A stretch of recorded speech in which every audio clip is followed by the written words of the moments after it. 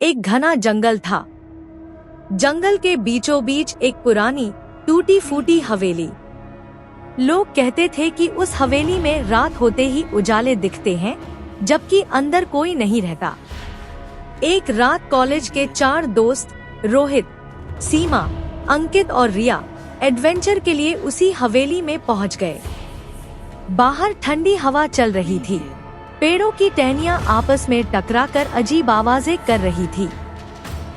हवेली का मुख्य दरवाजा बिना छुए धीरे धीरे खुद ब खुद खुल गया। क्रीक।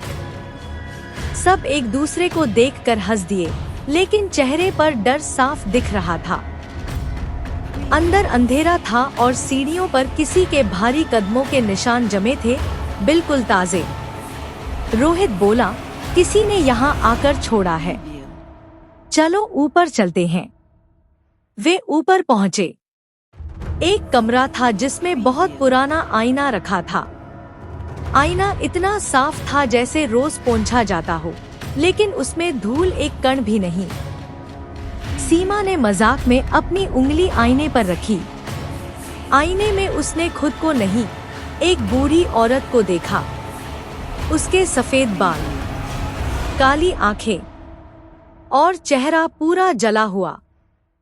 सीमा चीख पड़ी, यहाँ कोई है।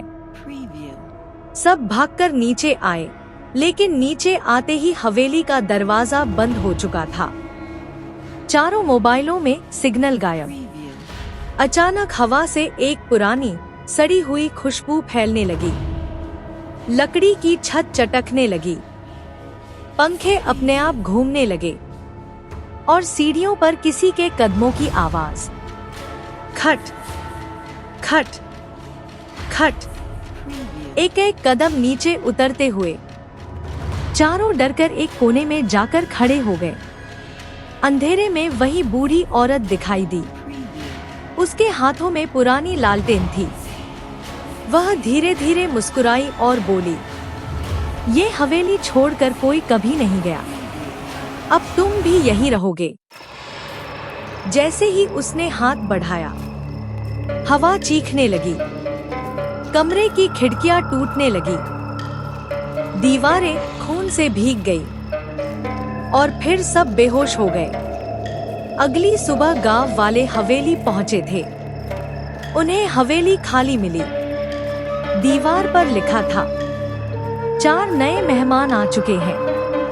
और ठीक नीचे 4 ताजा नाम, रोहित, सीमा, अंकित, रिया।